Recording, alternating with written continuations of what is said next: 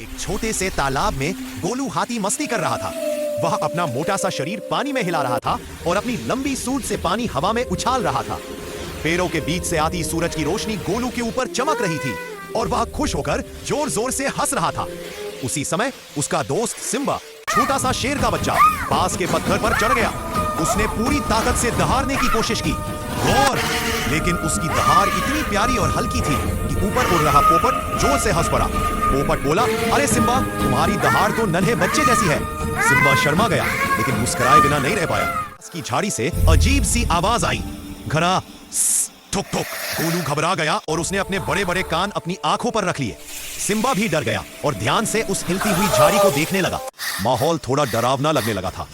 फिर सिम्बा ने हिम्मत दिखाई और धीरे धीरे पंजों के बल उस झाड़ी की ओर बढ़ने लगा। उसके कदमों की कोई आवाज नहीं हो रही थी।